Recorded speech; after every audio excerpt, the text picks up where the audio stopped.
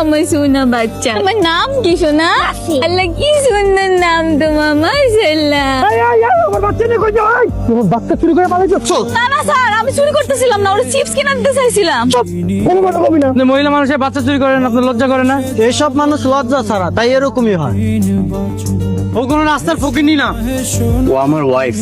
আর একটা উল্টা পাল্টা কথা বলবেন না। ছেলে ধরো আপনার ভাই। ও বর্তমানে মানসিক ভাবে কষ্টে আছে, কারণ আমাদের প্রথম সন্তানটা গর্ভে থাকা অবস্থায় নষ্ট হয়ে গেছে। ও কোনো ছোট বাচ্চা দেখলে কাছে টেনে নেয়, কিছুই না। আপনারা আমার চিনেন না? আমার মেয়ে বাচ্চা চুরি করতে পারে?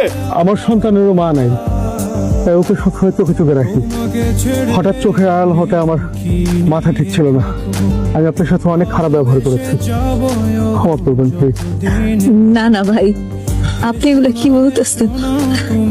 আমি বুঝি একটা বাবা মা তার সন্তান হারাইলে কতটা কষ্ট পায়। ঘরে ডাকছে কে? আমি ফোন দিয়েছিলাম। আব্বা, আমি এত কইরা কইলাম তোমারে যে হ্যার মুখটা আমি আর দেখতে চাই না, এরপরও তুমি কল দিছো? হ্যাঁ, বাবাই আমাকে কল দিয়েছিল। লোকটা যেভাবে তোমাকে অপমান করছিল সেটা তো বাবা সহ্য করতে পারেনি। তুমি তো রাগ করে আছো। সব সময় যে তুমি আমার সবকিছু, এটা সবাইকে প্রমাণ করার দরকার নেই। তুমি যে ভুলে শাস্তিটা আমাকে দিচ্ছ, এই ভুলটা তো আমি করিনি। খবরদার একেবারে এই কথাটা কইবা না। তোমার কারণে আমার পেটের বাচ্চাটা মারা গেছে। তুমি যদি আমার ওই বাড়িতে না নিয়ে যাইতা, এই কাজ কখনোই হইতো না। কারণ আমি ঘৃণা করি। বড় সাহস, তোমরা আমার বাসায় এসেছো? তোমাদের মতো বেঈমান অমানুষদের আমার বাসায় কোনো জায়গা নেই। এক্ষুনি আমার বাসা থেকে বের হয়ে যাও, এক্ষুনি আমার বাসা থেকে বের হয়ে যাও।